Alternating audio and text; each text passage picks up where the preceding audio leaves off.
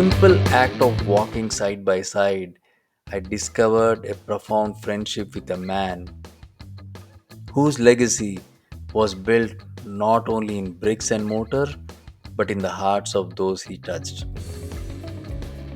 This is the story of my chance encounter with a man who ended up being my neighbor, friend, and even a mentor.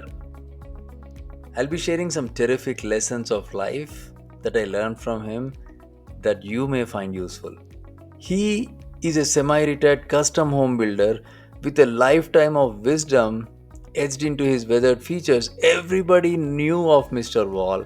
I've never seen him, I've never even dreamt of meeting him.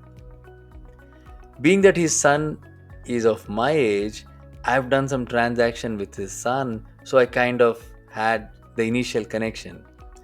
So that greeting marked the beginning of an non assuming mentorship and friendship that would span many years now. Our backgrounds are very different because Mr. Wall he spent decades crafting luxury custom homes, while I was deeply immersed in the real estate, mortgage, and insurance industries with little knowledge of his world of home construction.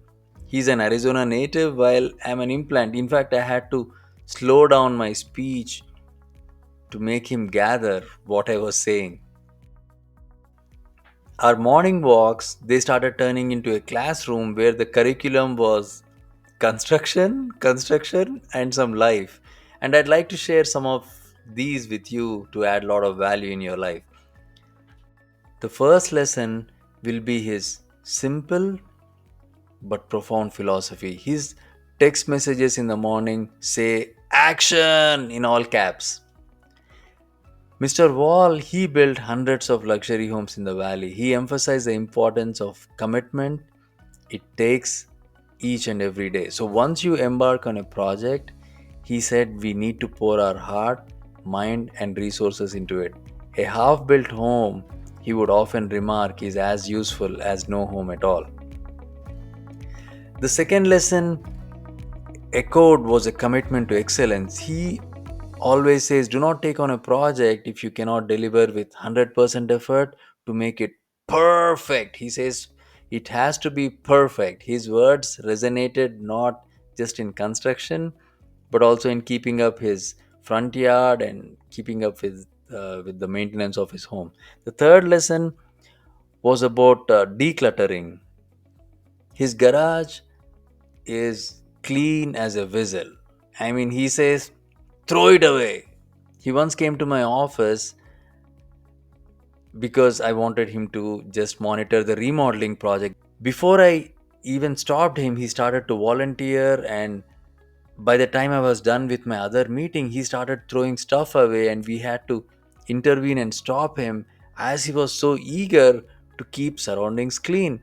He advised decluttering regularly, referring to things that had not been used in a year. He says they all belong in the dumpster. He even says when we pass away, even those little memories that we cling on to will be in the landfills. We need to make it easy for our kids by throwing away stuff.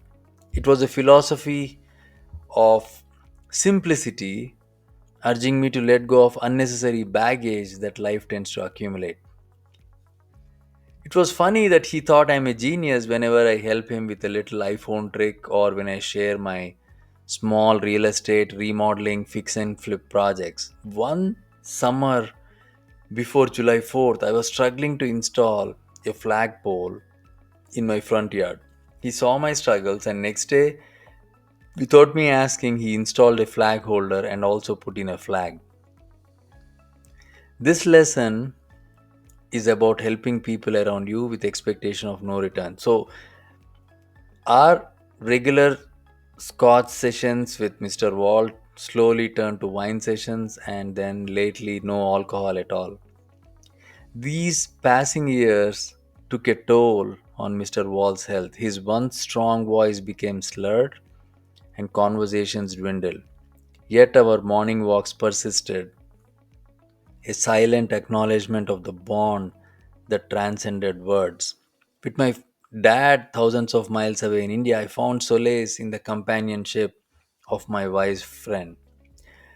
As I continued to glean his wisdom from Mr. Wall, I realized that our friendship wasn't just about exchange of knowledge, it was a testament of the beauty of connections that humanity can bring, which can bridge generational gaps and widely different backgrounds. The last lesson I want to share with you is when Mr. Wall says, anybody in the world has to wear pants one leg at a time, be it Jeff Bezos or be it anybody else. So if they can do it, we can do it too.